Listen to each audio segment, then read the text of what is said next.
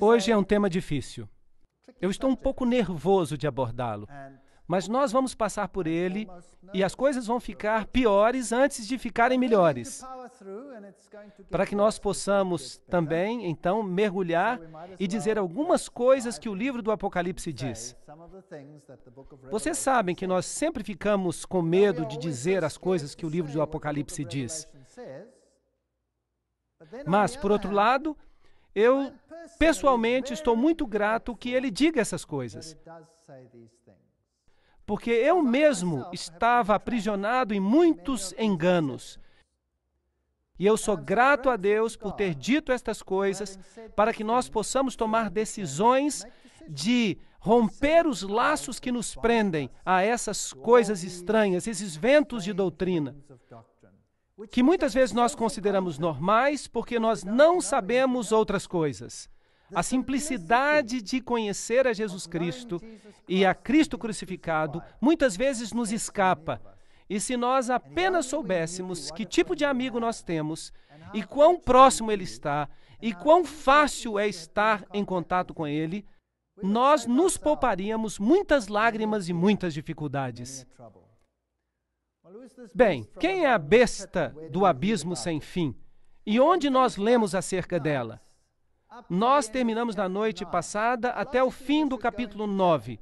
Agora, logicamente, nós deveríamos entrar no capítulo 10. Mas eu reservarei o capítulo 10 para daqui a pouco. Porque há dois lados da história. Há um lado da apostasia enquanto ela cresce, e nós começamos isso na noite passada, e nós mostramos como a escuridão espiritual aumentou nesta terra, e como uma estrela caiu do céu e fumaça começou a sair do abismo sem fim. Isso significa que os ensinamentos satânicos estavam começando a emanar e a tomar controle da terra. Hoje à noite nós vamos prosseguir um pouquinho mais e nós vamos ver o que eventualmente é a culminação dessas coisas que saem do abismo sem fim. E isso se desenvolverá em uma besta que sairá do abismo sem fim. Agora, o que é essa besta? Bem, novamente, nós temos que perguntar à Bíblia. Assim que em Daniel, capítulo 7, uma besta é muito claramente definida como um rei ou reino. É um reino. Aqui, portanto, está uma entidade política que se manifesta. Ou, em outras palavras, o ensinamento falso se tornou tão amplo que ele infiltrou o sistema político e se tornou uma doutrina mundial. Doutrina mundial legislada em sua plenitude. Nós temos visto isto neste estágio quando ele aparece, mas crescerá a um fenômeno mundial. E a pergunta é, o que está por trás de tudo? E essa pergunta nós queremos responder hoje à noite. Apocalipse capítulo 11. Nós estamos pulando 10, porque esta é a contraparte e nós estaremos lidando com ela mais tarde. Foi-me dado um caniço semelhante a uma vara, e também me foi dito, dispõe-te, mede o santuário de Deus. Você sabe, quando você mede algo, você quer saber a medida, não é assim? A Bíblia diz que nós somos o templo do Deus vivo. Qual é a nossa medida, portanto? Dispõe-te e mede o santuário de Deus, o seu altar e os que naquele adoram. Portanto, assim como nós tivemos uma enumeração, agora nós temos uma medição. Mas deixa de parte o átrio exterior do santuário e não o meças, porque ele foi dado aos gentios. Estes calcarão aos pés a cidade santa. Eles pisarão na verdade de Deus e na salvação de Cristo, que é tipificada no santuário. Tudo no santuário tipifica a Cristo. A porta, o portão, onde você entrou, o altar de holocausto é uma representação da cruz, o cordeiro que foi morto. Eis o Cordeiro de Deus que tira o pecado do mundo. A pia que lava, ela é que lava os nossos pecados. Você precisa nascer da água e do Espírito. Se você entrar no primeiro compartimento, Jesus é a luz do mundo. Jesus é o pão da presença. Jesus é o pão do céu. Ele é um incenso que nos torna aceitáveis pelo seu mérito a Deus. Se você entrar no último compartimento, ele é o legislador. Ele nos protege da condenação da lei por sua misericórdia. Uau! Tudo está ali no santuário. É uma mensagem linda. Por isso, aqui está a história da salvação em Cristo, que será pisada por certas forças gentílicas. E isso será feito por 42 meses. Agora, esse é um tempo profético de novo, e seria interessante saber o que ele significa. E é claro, é uma citação do livro de Daniel, capítulo 7, onde todos os atributos do anticristo são dados, incluindo o fato de que ele reina por esse período. Darei as minhas 2 testemunhas que profetizem por 1260 dias, vestidas de pano de saco. Agora, é isso que chamamos de paralelismo hebraico. Você diz uma coisa de um jeito e você repete isso de outro jeito. Portanto, os primeiros 42 meses são seguidos por 1260 dias. E em termos proféticos, são o mesmo período. 42 meses proféticos, um mês profético tinha 30 dias. 42 vezes 30 dá 1260 dias. 1260 dias, um dia para cada ano, 1260 anos. Nós falaremos sobre isso mais tarde. É um período em que o santuário será pisado por pés e o povo de Deus também. Agora, quem são as testemunhas que se levantam para ouvir o que Deus tem a dizer? Agora, essas são as 2 oliveiras e os 2 candelabros, a luz que está diante de Deus, do Deus da terra. E se algum homem as ferir, prestem atenção nisso, se algum homem as ferir, fogo sairá de sua boca e devorará os seus inimigos. E se algum homem as ferir, ele deve dessa maneira ser morto. Não se metam com as oliveiras. Não se metam com os candeeiros. Seria interessante saber quem são eles, não seria? Bem, vamos dar uma olhada primeiro no período profético, cuja chave é o princípio ano-dia. Nós o encontramos no período do reino do chifre pequeno em Daniel, capítulo 7, que diz: eles lhe serão entregues em sua mão. Esses são os santos do Altíssimo, por um tempo, tempos e metade de tempos. Isto é, 3 anos e meio proféticos, ou 42 meses, ou 1260 dias. Nós veremos os paralelos em um momento. E calcular a duração desse período profético é grandemente simplificado se nós atentamos para esses pontos simples. Um tempo era um ano. Algumas das traduções mais recentes dirão simplesmente 3 anos e meio. Isso é, 360 dias. Você pode ver Daniel capítulo 4, verso 16 e 11, verso 13. À margem na Bíblia autorizada, na King James. O tempo ou ano profético tinha 360 dias. Um dia significa um ano, ou um tempo significa um ano na profecia bíblica. Você descobrirá isso na versão autorizada. Portanto, nós fazemos a conta e descobrimos que são 1260 dias. E você pode olhar em Números, capítulo 14, versículo 34, em Ezequiel, capítulo 4, versículo 6, onde se diz: e eu te indiquei um dia para cada ano. Portanto, estes são, de fato, 1260 anos literais. Agora, há outras regiões onde nós encontramos esses textos. Daniel usa a terminologia no capítulo 12, verso 7. Um tempo, tempos e metade de um tempo.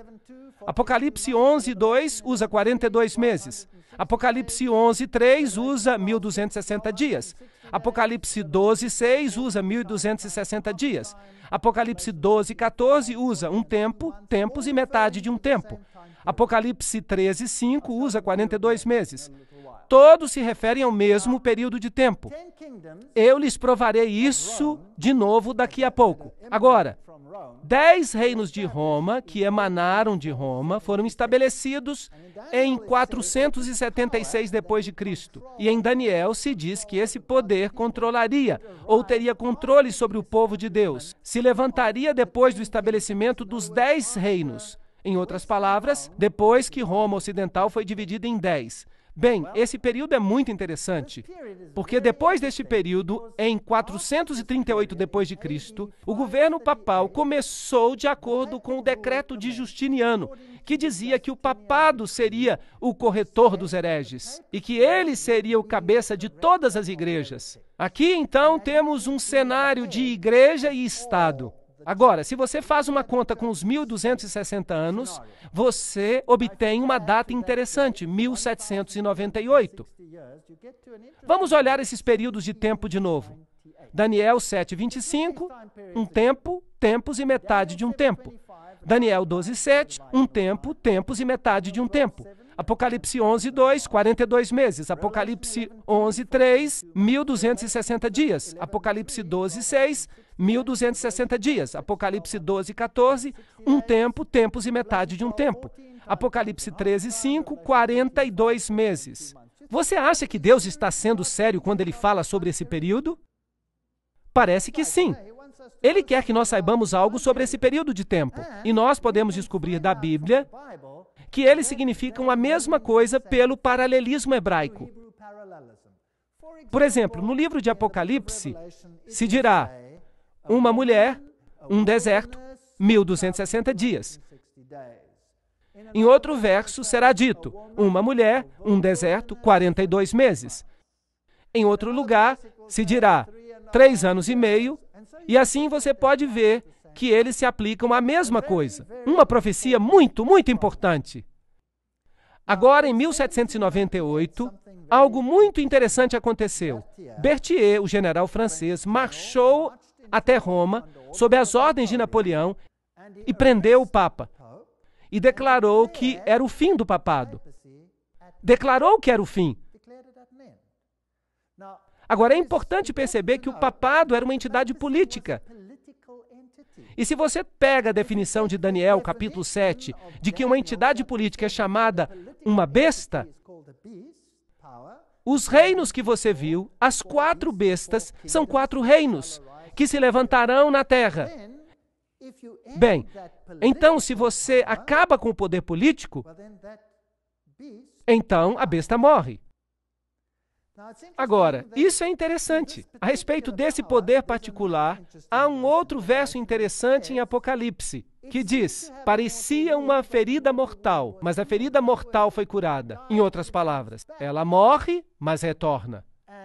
E esse poder foi reinstaurado como entidade política em 1929, quando Mussolini concedeu valor de Estado e autonomia política ao Vaticano de novo. Então havia uma besta, uma entidade política religiosa. Ela recebeu uma ferida mortal e, contudo, ela cresce e recebe a sua autoridade de novo. E então há algumas coisas interessantes no livro de Apocalipse sobre isso. Vamos olhar essa ferida mortal. No dia 1º de fevereiro de 1798, o Papa Pio VI foi destronado por Napoleão. Seu anel, o símbolo do seu poder, foi-lhe tirado do dedo. E ele morreu no exílio. Essa foi uma ferida mortal. Por volta de dezembro de 1804, o Papa Pio testemunhou Napoleão coroando-se imperador. Aqui estava um Papa sem uma entidade política para governar. Em 1808, Napoleão tirou a autoridade do Vaticano. Ele confiscou toda a cidade do Vaticano. Em 1848, Mazzini ataca Roma e o Papa Pio IX é exilado. Ele é restaurado em 1850. Mas ele tinha perdido a sua autoridade papal. Não era mais uma entidade política. Aqui estava a ferida mortal. E há aqui uma sincronia espantosa. Em 538, ele ascende ao trono sob a proteção do Império Romano Oriental, com a ajuda do próprio imperador. Ele assume a autoridade com o decreto de Justiniano. 1260 dias proféticos mais tarde, seu poder político chega ao fim. Interessante. Imediatamente, Napoleão reestabeleceu a liberdade religiosa em 1806, no dia 30 de maio. E então nós tivemos um poder que governou o povo de Deus por um período de tempo, politicamente, ditando às outras forças políticas o que elas deveriam fazer com os dissidentes. Vejam vocês que Roma nunca condenou ninguém à morte. A Inquisição era dirigida pelos jesuítas e mais tarde pelos dominicanos. Mas os jesuítas eram os inquisitores originais. Quando eles descobriam que alguém era culpado, eles o entregavam para que o Estado o executasse. Era assim que funcionava. Agora, quem são essas testemunhas que testemunhavam em pano de saco durante este período de tempo? Minhas duas testemunhas. Essas são as duas oliveiras e os dois candeeiros que estão diante do Deus da terra. Por falar nisso, Roma suprimiu as escrituras durante o seu período de reinado? Sim ou não? Sim. Eu fui católico. Era um pecado mortal ler a Bíblia. Era um pecado mortal. Mais tarde, depois de 1962, isso foi alterado. E nós saberemos por quê. É uma razão muito interessante. Veremos numa próxima palestra. Bem, quem são essas duas testemunhas? Elas podem, por exemplo, ser as Escrituras? O Velho e o Novo Testamento? Será possível? Zacarias capítulo 4, verso 1. E o anjo que falava comigo veio de novo e me acordou, como se acorda um homem do seu sonho. E ele me disse, o que tu vês? E eu disse, eu olhei e eis um candeeiro. Vejam que há aqui um candeeiro, todo de ouro, com uma bacia sobre ele, e 7 lâmpadas, e 7 tubos para 7 lâmpadas que estão sobre ele, e 2 oliveiras. Temos o mesmo símbolo. Portanto, Apocalipse tira este simbolismo de Zacarias. Lembrem-se que esse poder reinou por 1260 anos como uma entidade política que tinha músculos políticos e força sobre todos que considerava hereges. Assim, vamos olhar Zacarias e vamos ver se encontramos outras imagens que possam ser interessantes. Nós encontramos os candeeiros que são mencionados em Apocalipse.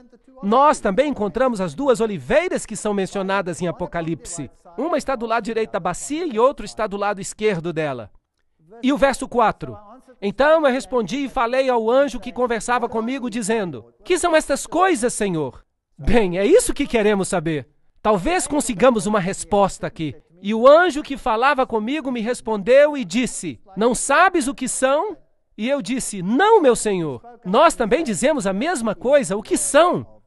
E então ele respondeu e me disse, esta é a palavra do Senhor a Zorobabel, dizendo, e então ele falou que palavras eram essas. Então, o que são as oliveiras e o candeeiro? A palavra de Deus. Então, essa palavra de Deus estava profetizando em roupa de saco, por 1260 dias. Vocês sabem quando foi que os reformadores começaram a imprimir a Bíblia? Eles começaram a usar a imprensa de Gutenberg. E quando eles começaram, esta foi destruída. E então queimaram todas as Bíblias que haviam sido impressas. E eles tentaram destruí-la por todos os meios à sua disposição, sem sucesso. Bem, mais tarde eles escreveram uma sua contraversão, que é conhecida como a Bíblia Jesuítica. Eu vou falar sobre isso mais tarde. Verso 11. Então eu respondi e disse a ele, o que são essas oliveiras do lado direito do candeeiro e do lado esquerdo dele? E eu respondi de novo e lhe disse: e o que são os ramos das duas oliveiras, que por intermédio dos tubos de ouro esvaziam o azeite de ouro escorrendo? E ele me respondeu e me disse: não sabes tu o que são? E eu disse: não, Senhor. Então ele disse: estes são os dois ungidos, ungidos com o poder de Deus. Em outras palavras, pelo Espírito Santo. Esta palavra de Deus foi pregada ao mundo. Ela se levanta pelo Senhor de toda a terra. Então, eu me virei e levantei os meus olhos e olhei. O que será que ele vai ver? Ele vai ver a resposta. Um rolo que voava. Agora, o que é um rolo que voa? É um pergaminho. É a palavra de Deus. Então ele vê a palavra de Deus voando no ar. Isso é um símbolo do quê? Da pregação da mensagem ao mundo. Então, esta é a resposta. Diz respeito à palavra de Deus. E ele me disse: o que tu vês? E eu respondi: vejo um rolo voando. E a sua extensão. E ele dá a extensão em côvado. E ele me disse: esse é o curso pelo qual ele vai até a terra toda, para que todos os que furtam sejam eliminados. Estas são as advertências de Deus. E todo o que jurar será eliminado deste lado de acordo com ela. E eu farei acontecer, diz o Senhor dos Exércitos, e ela entrará na casa do ladrão, e na casa daquele que jura falsamente pelo meu nome, e ela permanecerá no meio da sua casa, e ela consumirá a lenha que há ali, e as pedras que há ali. Ok. Então a palavra de Deus convencerá, quer seja suprimido ou não. É isso? Basicamente, é isso que está sendo dito. Leiamos, porque Zacarias está ficando interessante. Então o anjo que falava comigo saiu.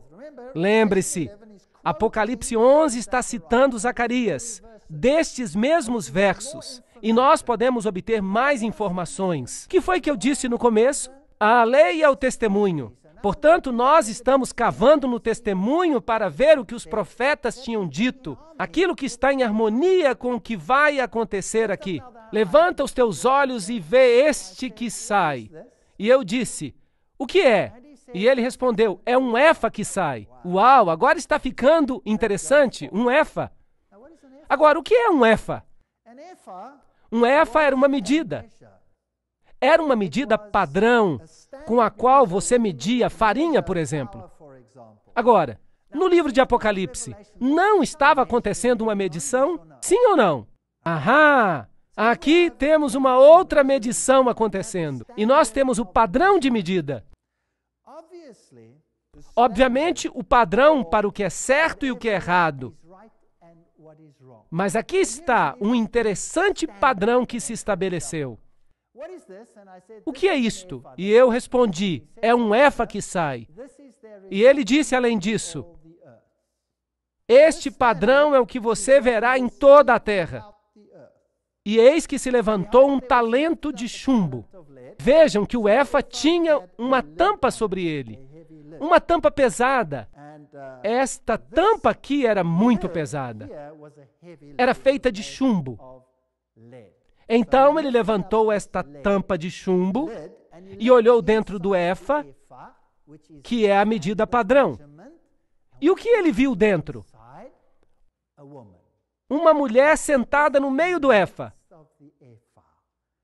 Oh, isso é interessante. O que é uma mulher na Bíblia? É uma igreja. Uma igreja.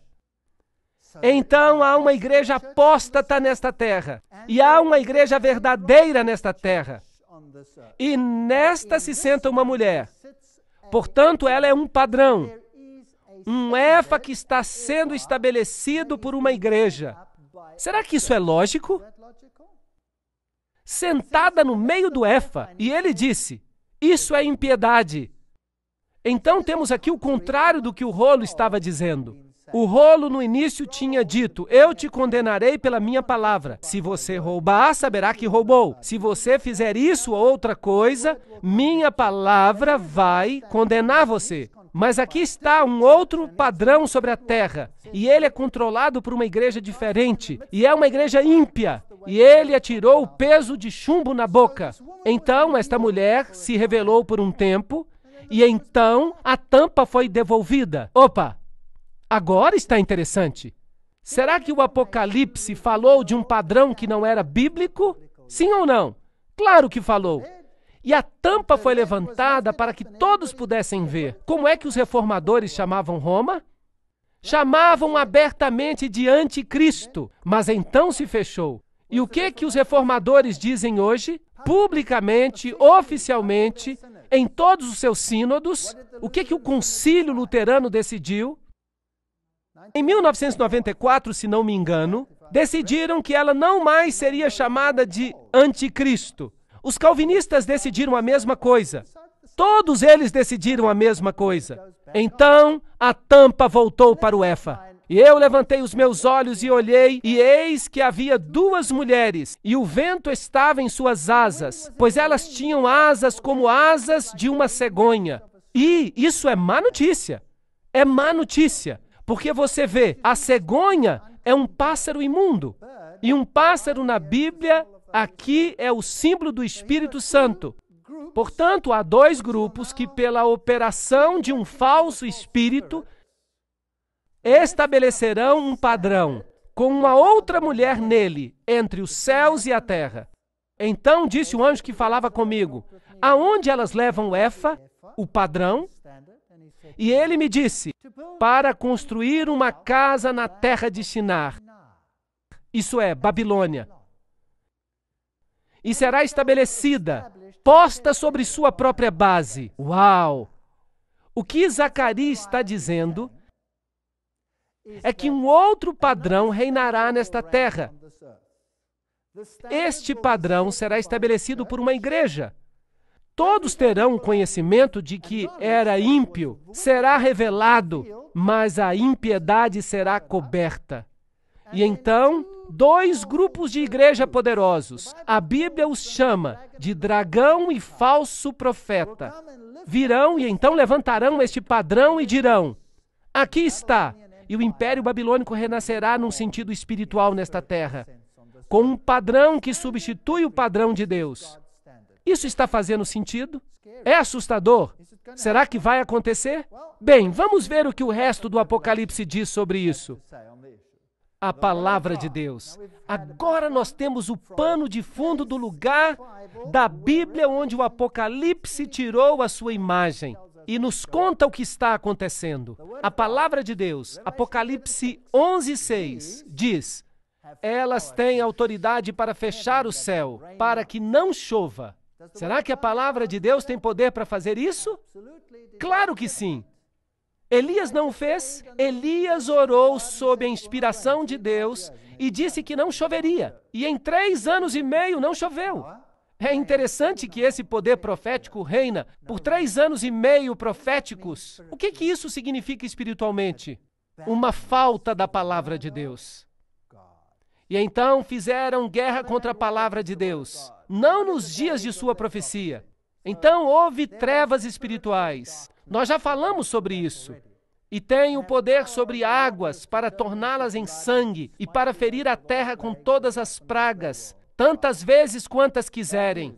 Uau! Más notícias se você permite que a palavra de Deus lhe seja tirada. Você está encrencado. E quando eles terminaram o seu testemunho, em pano de saco, a besta que ascende do abismo sem fim fará guerra contra elas. Agora, quando será que terminarão o seu testemunho em pano de saco? Depois dos 1260 dias. Bem, se essa profecia está correta, então isso nos traz ao ano 1798. E nesse período de tempo, um poder começará a emergir da terra. E sua função será destruir a palavra de Deus. É interessante, pois depois de 1798, um poder emergirá, cuja função será destruir a palavra de Deus. E esta besta ascende do abismo sem fim. Quem estava no abismo sem fim antes? Bem, a estrela que caiu do céu trouxe fumaça do abismo sem fim, espalhando suas falsas doutrinas pela terra. E agora está sendo estabelecido o ponto de autoridade. Aqui está o reino de Satanás crescendo sobre a terra. Mas lembre-se, Deus só está observando, está permitindo. Deus está nos contando sobre isso. Mas ele vai fazer guerra contra eles. Ele os vencerá. Ele os destruirá. Então, alguma coisa acontece aqui que faz com que a palavra de Deus seja oficialmente rejeitada. Mas isso é um envolvimento maior. Será o nascimento de um reino que quer oficialmente obliterar a palavra de Deus. E o seu cadáver ficará estirado na praça da grande cidade que espiritualmente se chama Sodoma e Egito, onde também o seu Senhor foi crucificado. Agora, nosso Senhor não foi crucificado em Sodoma, e ele não foi crucificado no Egito. Portanto, somente nas pessoas de seu povo pode ele ser crucificado. Agora, talvez haja aqui uma tipologia que precisamos compreender. Será que há alguma coisa que aconteceu por volta de 1798 naquela região do mundo, onde houve um ataque à palavra de Deus? Bem, não podemos misturar as palavras aqui. Eu repetirei, onde houve um ataque à palavra de Deus, num lugar onde o povo de Deus tinha sido sacrificado, morto, assassinado por causa de sua fé? Será que Cristo estava sendo crucificado de novo sob a forma de seu povo? Será que houve um país que fez isso? Sim, de fato houve. É um país muito interessante. E esse país se chama França. Eles fizeram exatamente isso. Uma representação como numa miniatura. Sim, no livro Grande Conflito há uma linda declaração sobre isso. Vamos lê-la.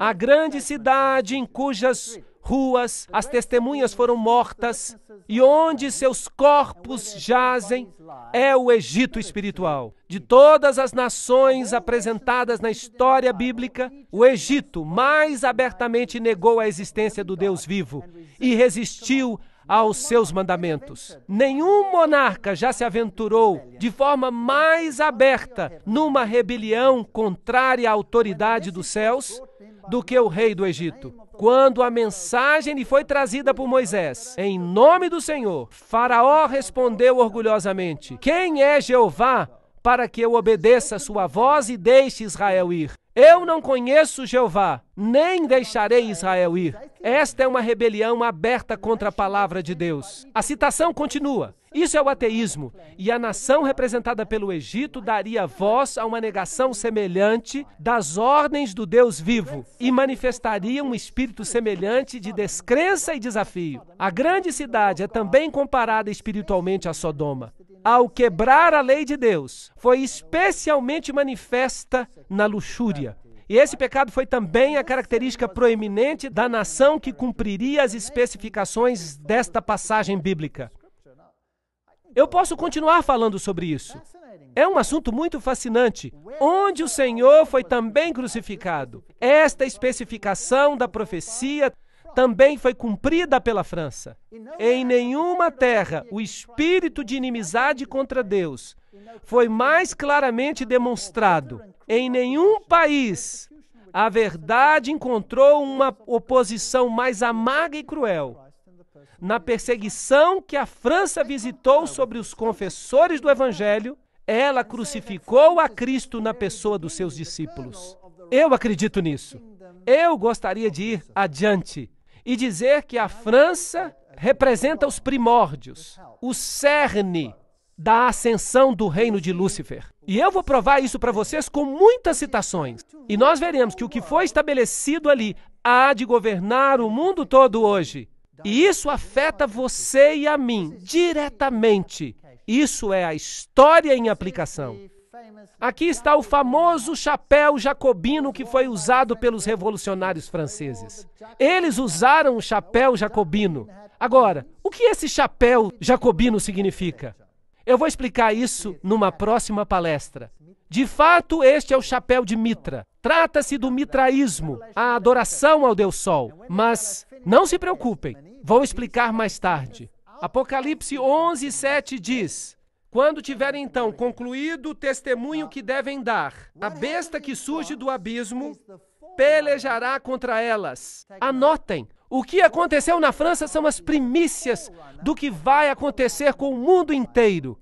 Assustador. Pelejará contra elas e as vencerá e matará. Será que a França, depois da Revolução Francesa, fez guerra contra a palavra de Deus? Apocalipse 11:9 diz: então muitos dentre os povos, tribos, línguas e nações contemplam os cadáveres das duas testemunhas por 3 dias e meio. Bem, agora nós temos um outro tempo profético. 3 dias e meio seriam 3 anos e meio. E não permitem que esses cadáveres sejam sepultados. Do dia 10 de novembro de 1793 a junho de 1797, eles fizeram isso. Eles baniram a Bíblia. Oficialmente, por um decreto do governo, os que habitam sobre a terra se alegrarão por causa delas, as duas testemunhas, o Velho e o Novo Testamento. Realizarão festas e enviarão presentes uns aos outros. Será que os franceses fizeram isso?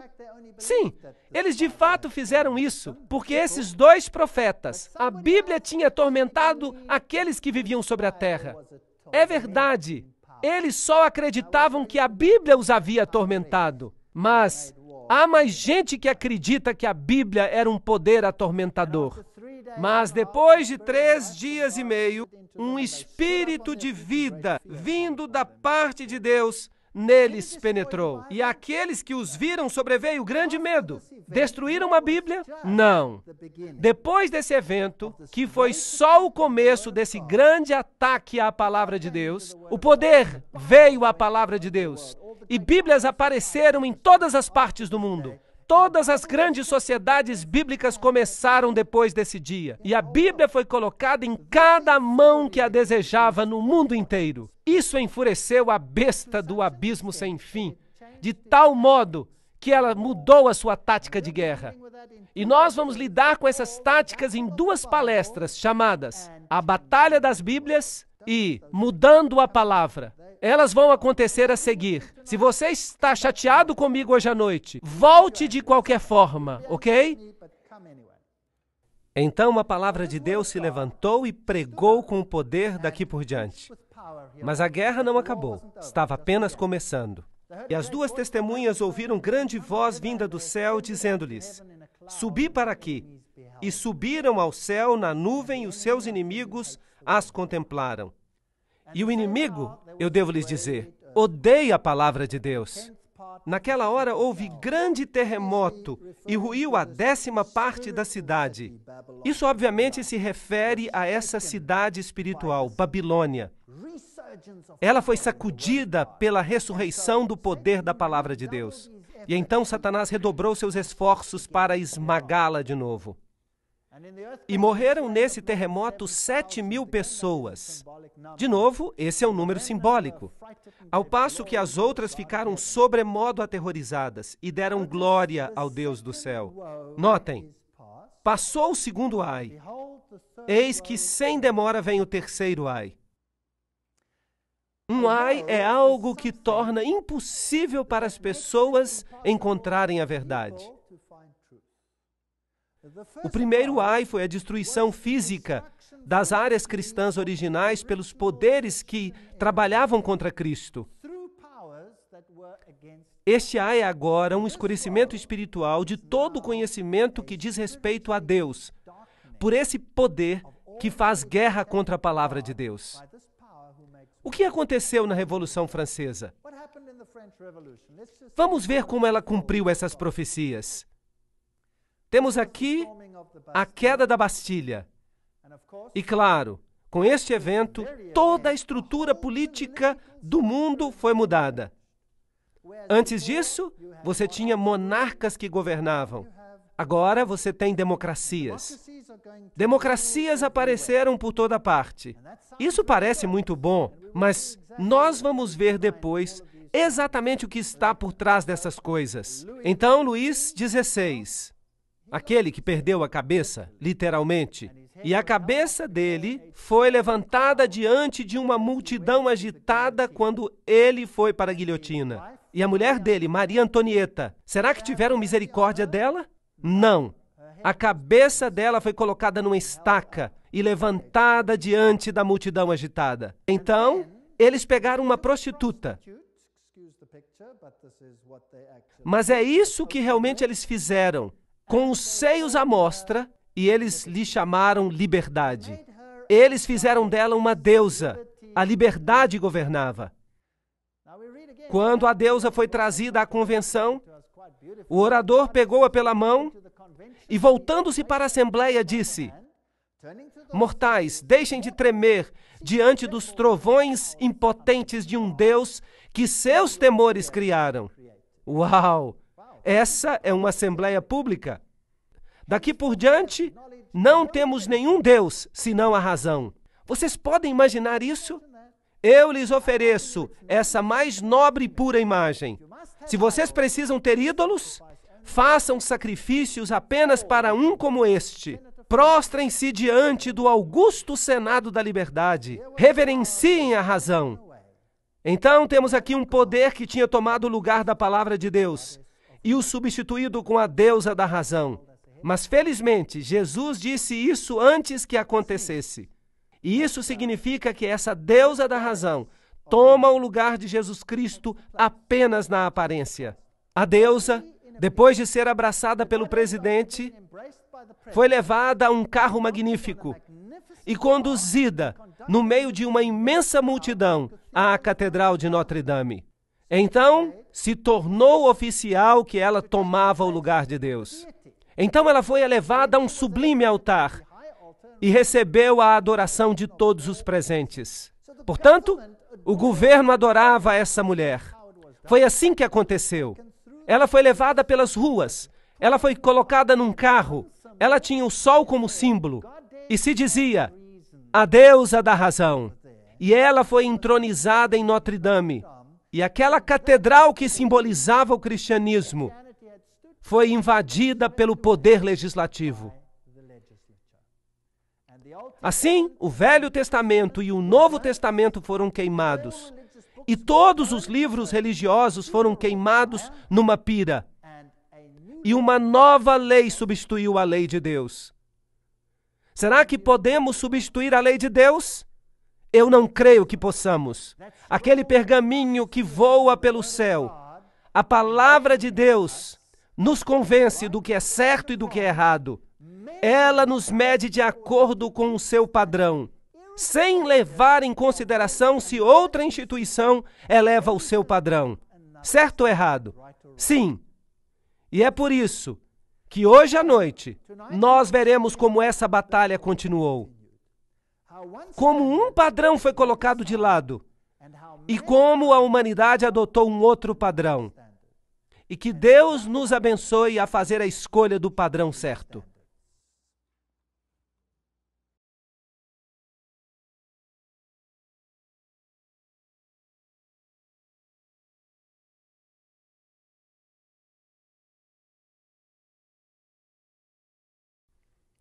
Nós continuamos a história. O que acontece quando você substitui o padrão de Deus pelos padrões humanos? Os padrões humanos parecem ótimos, mas obviamente eles têm seus problemas. Bem, durante a Revolução Francesa, um novo padrão para a humanidade apareceu. E esse padrão foi chamado de Manifesto dos Direitos Humanos. Por falar nisso, se você assiste à televisão hoje, o que você ouve? Lei de Deus? Lei de Deus? Lei de Deus? Ou você escuta direitos humanos, direitos humanos, direitos humanos? O que você escuta? Você escuta direitos humanos. Agora, não é fascinante que a França tenha publicado seu primeiro manifesto dos direitos humanos dessa forma? Isso não é fascinante? São 2 tábuas de pedra. O que isso representa? A lei de Deus. Aqui estava o homem inaugurando uma nova lei. Isso é uma coisa muito fascinante. Há muito simbolismo nisso. É um assunto grandioso demais para caber dentro desses slides. Eu vou usar uma outra conferência e vou lhes dar todos os detalhes e vou mostrar o simbolismo por trás disso. Eu só estou mencionando apenas um. Vejam aqui, um feixe de varas. Aquele ali uma serpente com a cauda na boca. Aquele outro ali, o olho que observa em um triângulo. Isso é fascinante. Um feixe de varas. O que isso significa? Esses são os fascia. Fascia. Vem do tempo romano, do procônsul. Ele usava um feixe de varas, fascia, e ele as levava até um monte. E se ele fosse aceito como líder por todos, ele colocava uma coroa ao redor dele e se tornava poderoso no comando. Todo o poder residia em um único homem. É por isso que é chamado fascismo. Fascia, fascismo, e você pensa em Adolf Hitler. Fascismo, e você pensa em Mussolini. Todo o poder em um homem. Ele era chamado de Führer. Não é certo? Ok, esse é o sistema de controle. Agora, direitos humanos. O que isso tem que ver com fascismo? Isso não é interessante? Eu diria que é interessante, mas vamos deixar isso para a próxima conferência. O primeiro manifesto dos direitos das nações foi de fato declarado por Ciro o Grande. Na cultura persa, havia este grande princípio fundamental: bons pensamentos, boas palavras, boas obras. Ciro o Grande. Bons pensamentos, boas palavras, boas obras. E o manifesto dele era assim: quando os meus soldados, em grandes números, entrarem pacificamente em Babilônia, eu não permitirei que ninguém aterrorize o povo.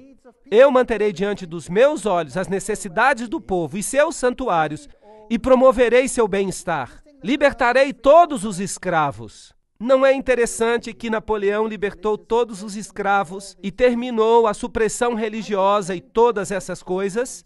Eu colocarei fim ao seu infortúnio e escravidão. Esse era um bom manifesto.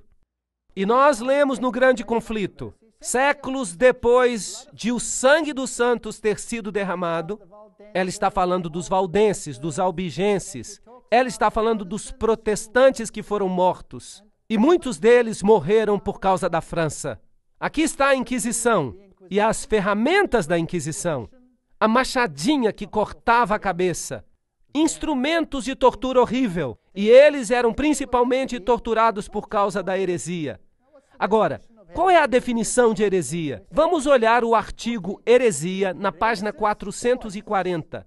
Vem do grego hairesis, escolha, decidir-se por si mesmo, a sua crença e prática. Isso é heresia. Então, decidir por si mesmo foi, nesse período de 1260 anos, um ato de heresia. Um pecado passível de morte. Isso é muito triste, não é? Então, tirando do homem a sua consciência, colocando em seu lugar um poder, então vamos ter algumas coisas muito interessantes acontecendo. Aqui estão alguns dos instrumentos que eles usavam. Estes, por exemplo, línguas que abriam e você coloca brasas vivas nelas. E então você mortificava a pessoa que você estava interrogando com essas brasas. Aqui estão presilhas para o tornozelo. Percebam os pontilhões nelas. E quando elas eram apertadas, eles entravam no osso. Vejam que essas pessoas faziam seu trabalho com seriedade. Esse instrumento particular foi usado pelo general Franco em 1970. É um instrumento horrível. Aqui está. Eles o punham ao redor do pescoço. E então eles começavam a apertar. E apertar. Não era nada agradável. Usavam, é claro, até parafusos no polegar. Esse instrumento daqui era horrível. Eles levantavam você com as mãos amarradas por trás das costas, até que ficasse dependurado de cabeça para baixo no ar. E então amarravam essa pedra imensa aos seus pés e a empurravam de uma prateleira. E ela caía e arrancava os seus braços dos ombros. Essas são as coisas horríveis que eles faziam na Inquisição. Eu sei, a gente não precisa falar dessas coisas, mas a crueldade desse sistema precisa ser conhecida. Apocalipse 12:11. Eles, pois, o venceram por causa do sangue do Cordeiro e por causa da palavra do testemunho que deram. Não amaram a própria vida. Isso só lhes dá uma ideia do que esses pobres cristãos tiveram que sofrer pela palavra de Deus, só porque eles tinham decidido crer nela. É algo horrível, não é? É muito feio. E aqui estão algumas das representações da Inquisição, em que as pessoas morriam aos milhares, às centenas, aos milhares, aos milhões, por causa de heireses, a sua decisão. Aqui está o monumento francês huguenote na África do Sul. Muitos dos huguenotes da França fugiram e eles erigiram este monumento. Este representa a Trindade. Aqui está uma mulher em pé na terra, representando a noiva de Deus. Ali ela senta na terra. Ela desceu à África desde a Europa. E em sua mão ela tem a Bíblia. E na outra mão uma corrente. Ela quebrou a corrente que a prendia a Roma e fugiu para as terras distantes, para a África. Mas agora, de novo, ela está sendo perseguida ali. Mas essa é uma história diferente. Então ela fugiu para a América e para as terras distantes, a fim de escapar da perseguição dos 1260 dias.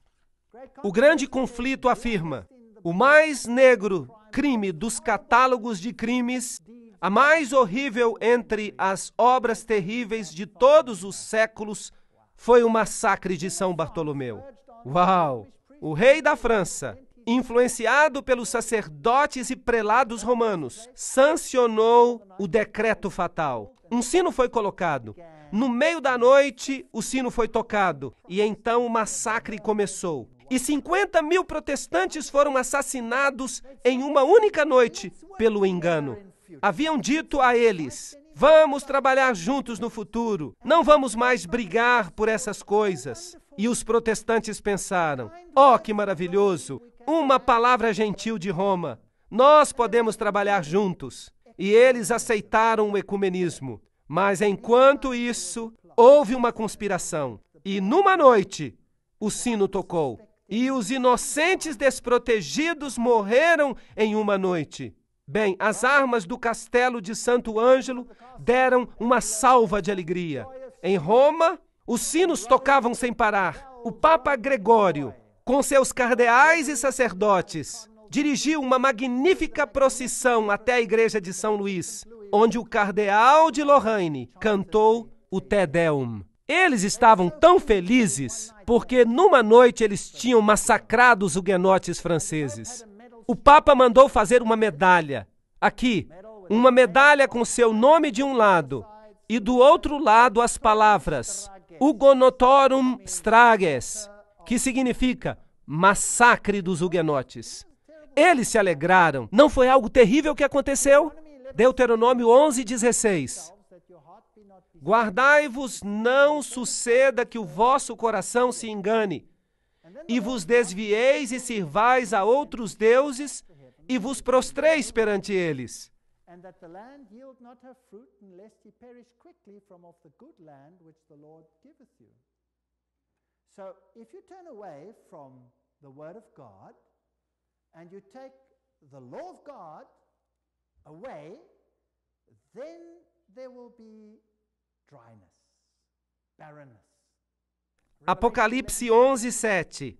Quando tiverem então concluído o testemunho, a palavra de Deus, a besta que surge do abismo pelejará contra elas e as vencerá e matará. Agora, isso aqui, como eu já disse antes, era um chapéu jacobino. Agora, o que era um chapéu jacobino? Quem controlava os jacobinos? Ora, o fundador dos jacobinos era um homem de nome Adam Weishaupt. Agora, quem era Adam Weishaupt? Ele era um professor jesuíta de direito canônico. Isso não é interessante? Então, a pessoa que realmente organizou a Revolução Francesa era um jesuíta. E ele era o pai do jacobismo. Ele foi também o fundador dos Illuminati. Então, um jesuíta fundou os Illuminati e um jesuíta dirigiu o jacobinismo, que foi responsável pela Revolução Francesa.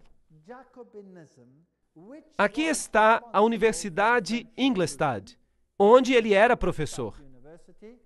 É interessante que depois da Revolução Francesa, o papado tinha recebido uma ferida mortal e se tornou insignificante aos olhos dos homens.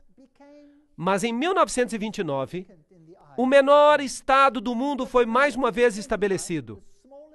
Então, algo que tinha recebido uma ferida, agora se levantou de novo.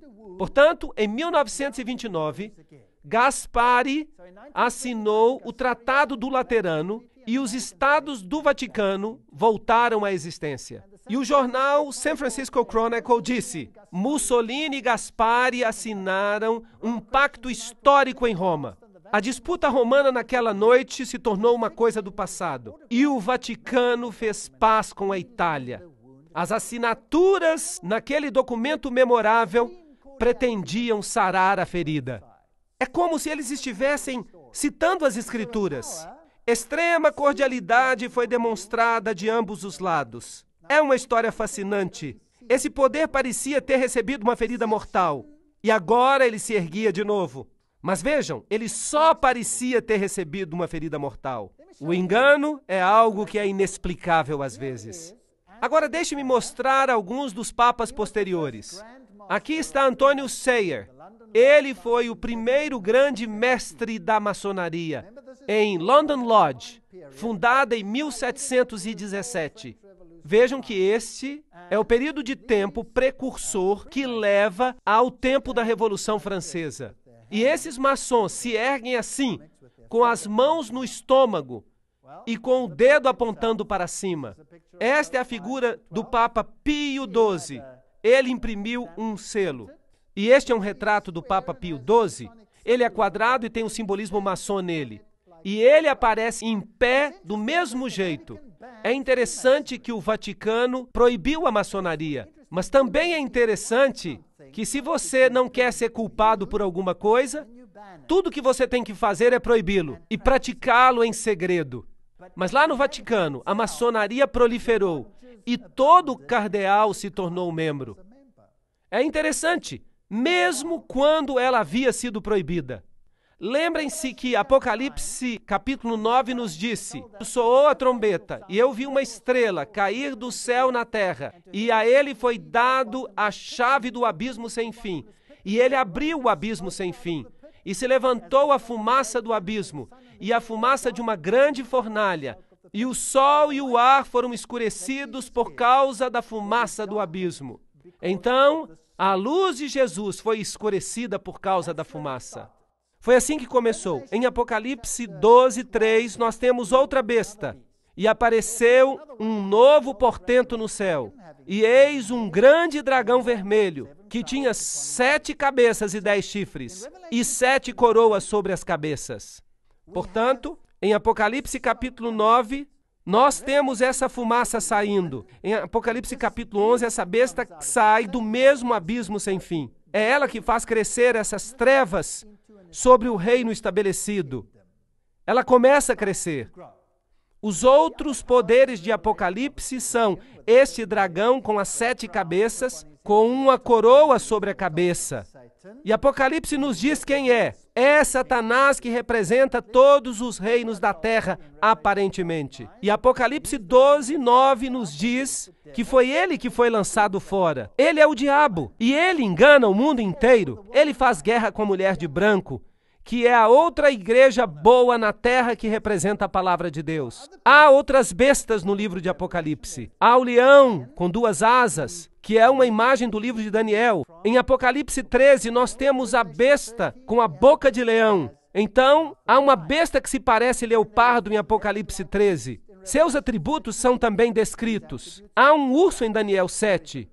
Esses atributos são também encontrados em Apocalipse 13. E então há uma besta terrível. É impossível saber exatamente qual é a sua forma, mas há aqui a imaginação de um artista.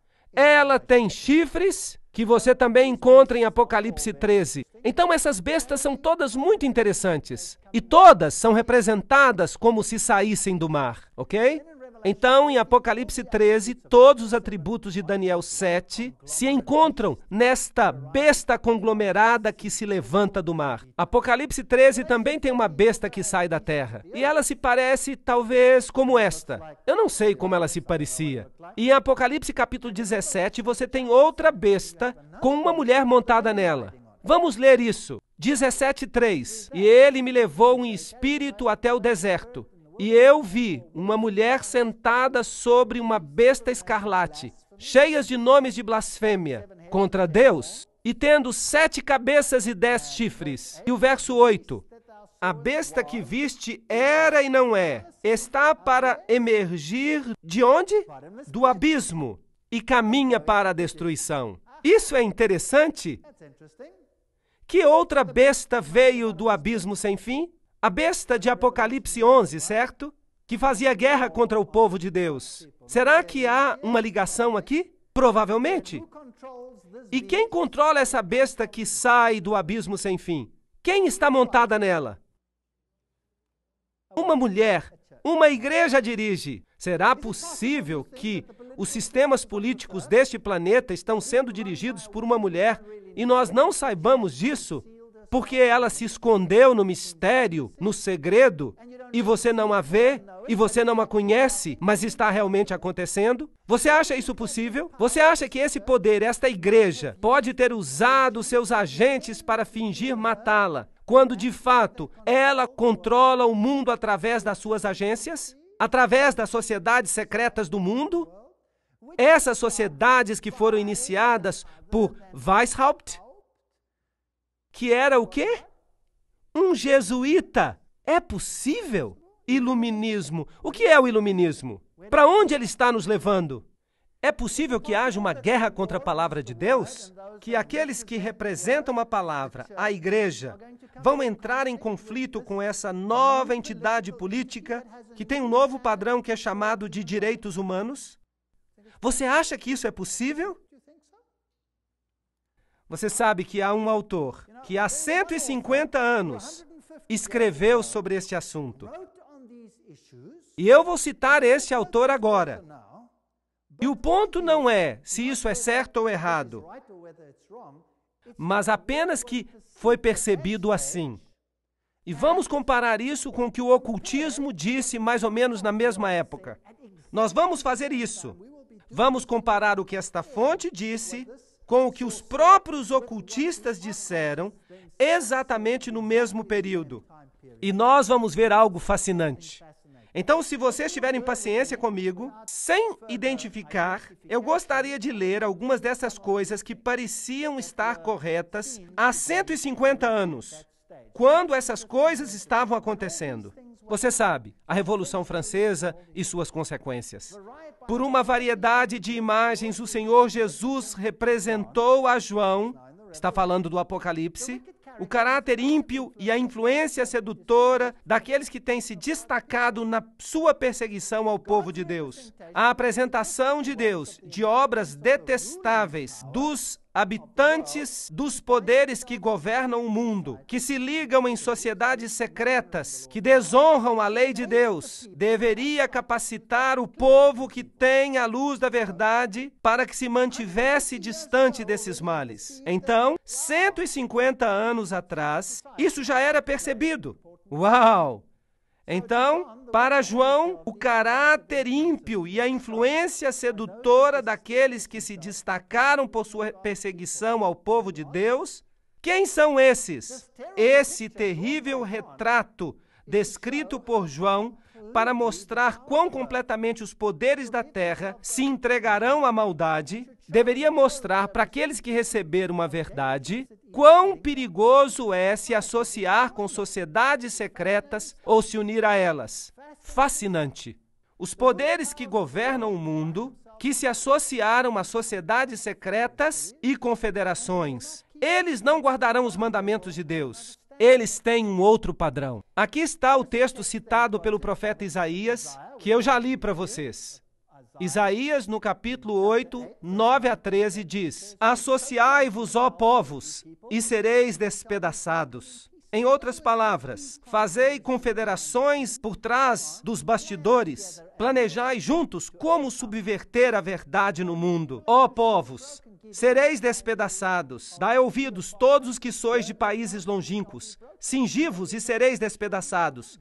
Forjai projetos e eles serão frustrados. Falai a palavra e ela não subsistirá, porque Deus é conosco. Essas pessoas estão dizendo: Deus é conosco. Nós estamos fazendo a coisa certa, porque o Senhor assim me disse, tendo forte a mão sobre mim, e me advertiu que não andasse pelo caminho desse povo, dizendo: não chameis conjuração a tudo quanto este povo chama conjuração. Não temais o que ele teme, nem tomeis isso por temível. Ao Senhor dos exércitos, a ele santificai. Seja ele o vosso temor, seja ele o vosso espanto. Ahá! Então Isaías está prevendo que o mundo se associaria e diria: o Senhor está nisto, nós estamos trabalhando juntos como um grupo.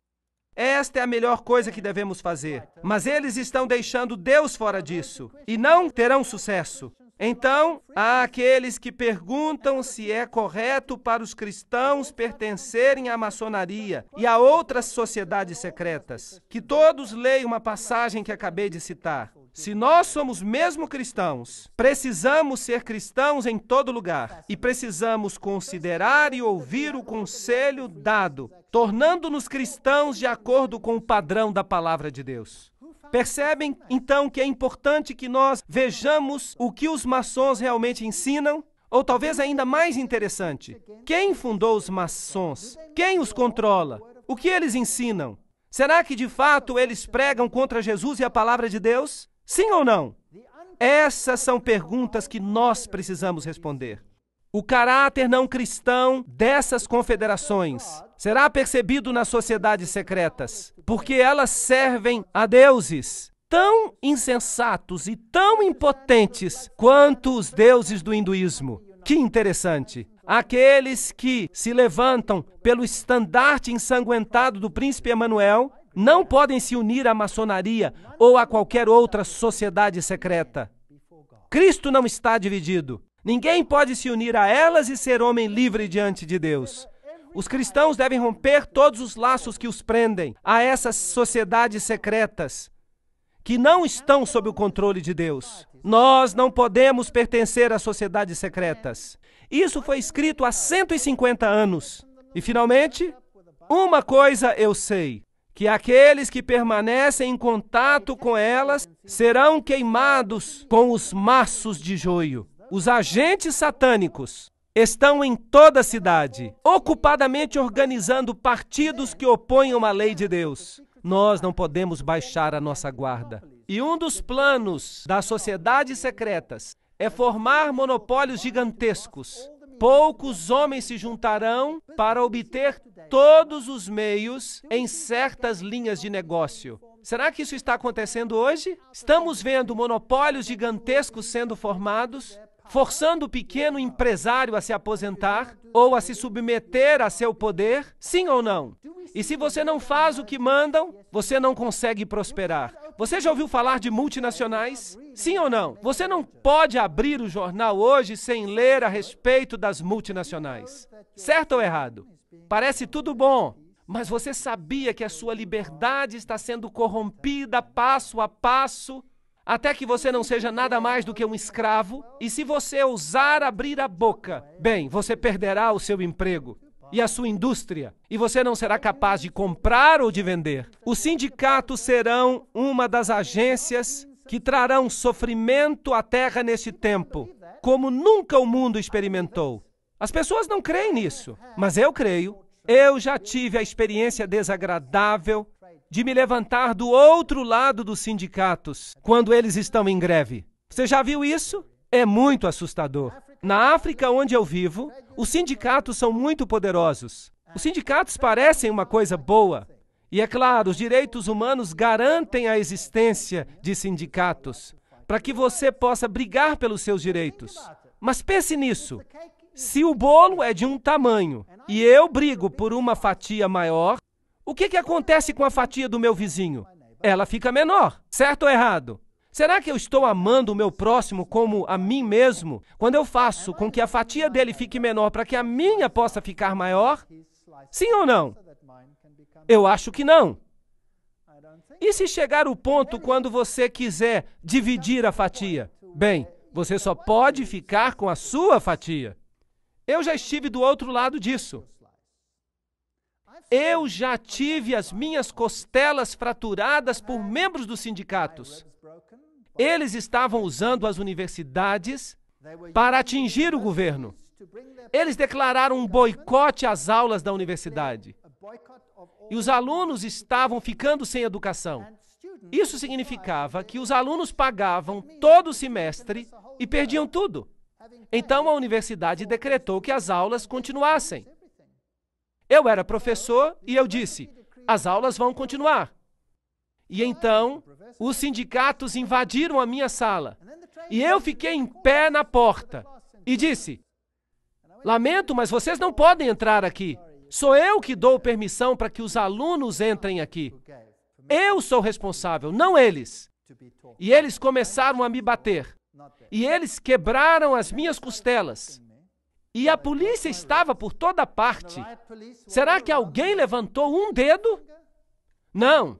Eu tenho prova disso. Eu saí na primeira página de todos os jornais do país. E nada aconteceu. Os alunos não conseguiram sucesso. E eles saíram. Felizmente, por alguma razão, eles saíram. Talvez haja poder no poder da oração. Eles foram para outro lugar e quebraram tudo. Bateram até nos alunos. Bateram neles horrivelmente. Meus alunos escaparam aquele dia pela graça de Deus.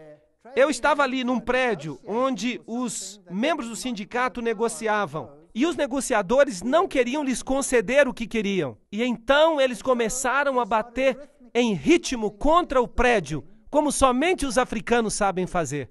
Era um prédio de vidro e ele explodiu. Ele caiu com uma chuva de vidro. Uma coisa horrível. A destruição que você vê.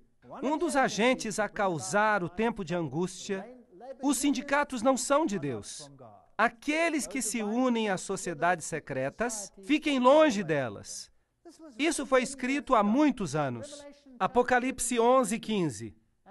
O sétimo anjo tocou a trombeta, e houve no céu grandes vozes dizendo, o reino do mundo se tornou de nosso Senhor e do seu Cristo, e ele reinará pelos séculos dos séculos.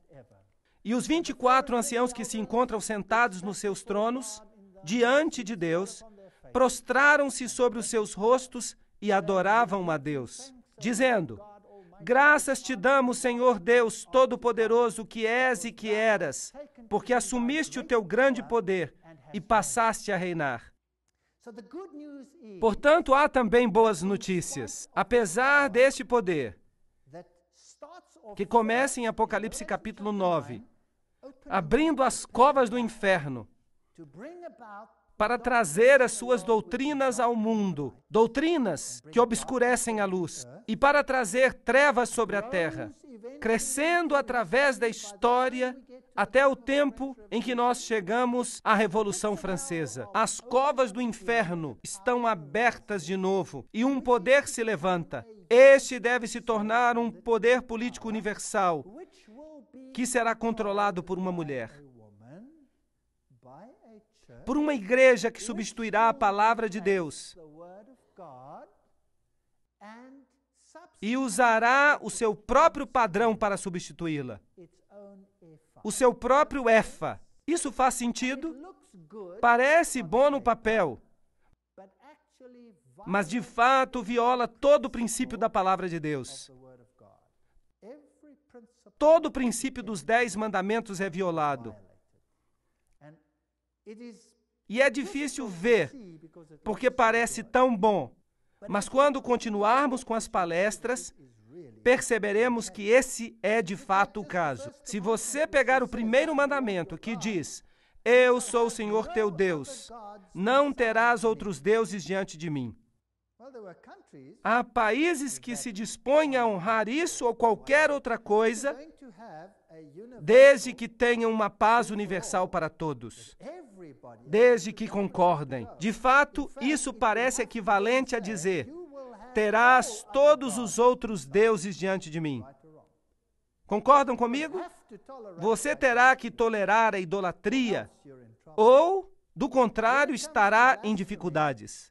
No que diz respeito à blasfêmia, não é fascinante que quando você liga a televisão, só se blasfema contra um Deus? Já notaram isso? Só se blasfema contra um Deus, não se blasfema contra os outros. E eu acho isso fascinante. Eu quero escrever à Comissão dos Direitos Humanos e dizer: vocês sabem, para termos igualdade, deveríamos blasfemar contra todos os deuses igualmente.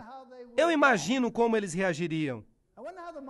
Eu imagino como o mundo muçulmano reagiria se fizesse lá o que se faz no mundo inteiro na televisão contra Jesus hoje em apenas um dia. Eu imagino como eles reagiriam se a mesma coisa fosse feita em termos da religião budista, ou da religião hindu, ou de qualquer outra religião na face da terra, se nós queremos igualdade para todas. E que tal o 5º mandamento? Honrai pai e mãe. Não, as crianças de hoje têm que ser reeducadas de acordo com padrões para se tornarem cidadãs do mundo. Isso significa que devem parar de respeitar o pai e a mãe e começar a respeitar o sistema. Será que faziam isso no comunismo? O que faziam no comunismo quando as crianças queriam se apegar às normas dos seus pais? O que faziam com elas? Eles as pegavam e as reeducavam. Eles as ensinavam a não respeitar pai e mãe. Isso não é triste? Não matarás. Uau! Não cometerás adultério. Não dirás falso testemunho. Será que essas coisas são toleradas? Um dia Jesus vai convidar a todos que entrem no reino. No reino haverá justiça e verdade. Não haverá mais mentira. Os padrões serão os padrões que ele determinar, e estes se aplicarão a todos. Na verdade, as nações se enfureceram. Chegou, porém, a tua ira, e o tempo determinado para serem julgados os mortos, para se dar o galardão aos teus servos, os profetas, aos santos e aos que temem o teu nome, assim aos pequenos como aos grandes, e para destruíres os que destroem a terra. Não é interessante? Abriu-se então o santuário de Deus que se acha no céu, e foi vista a arca da aliança no seu santuário. Onde está Jesus? Em que compartimento? No Santíssimo. Uau! Nós nos movemos do período de ministério no primeiro compartimento ao ministério no segundo compartimento. Esse é o juízo. E a arca do testemunho, os 10 mandamentos, são o padrão universal para o que é certo e o que é errado. Não há dúvida sobre isso. E nós vemos esse testemunho. E isso significa que o tempo acabou. E sobrevieram relâmpagos, vozes, trovões, terremoto e grande saraivada. Esta é a história da última praga na terra. E o reino de Deus se torna o reino da terra também. Então Jesus, o grande sumo sacerdote, é visto na frente da arca do testemunho. Esse é o verdadeiro padrão. Não o efa controlado pela mulher. Não importa quantas cegonhas e espíritos imundos levantem este estandarte para que o mundo o aceite. Ele é contrário à palavra de Deus. E como vimos até aqui, essa igreja é definida, infelizmente, é a igreja que domina por 1260 dias. É a igreja da Idade Média. É a igreja romana. E eu não posso mudar isso. Eu já fui católico. E eu agradeço a Deus porque Ele me mostrou essas coisas. E por trás de tudo isso, por trás dessa Revolução Francesa e de tudo isso, nós vimos os agentes desta igreja. Nós vimos os agentes jesuítas por trás de tudo. E nós vimos que as sociedades secretas, porque tudo nelas é envolto em mistério, farão as mudanças que anularão a palavra de Deus. Por isso, Nas próximas conferências, nós vamos por trás dos bastidores. Vamos expor alguns fatos para ver se as coisas são mesmo assim. Mas mesmo que seja assim, que eu presumo que seja, Jesus está no controle. Ele permitiu que víssemos essas coisas. Ele é o sumo sacerdote que oficia. Ele é o Rei dos Reis. Ele voltará em glória. E não importa quantas trevas haja no abismo sem fim, Jesus está no controle. Nada temos a temer. Apeguemo-nos a Ele e ninguém se perderá.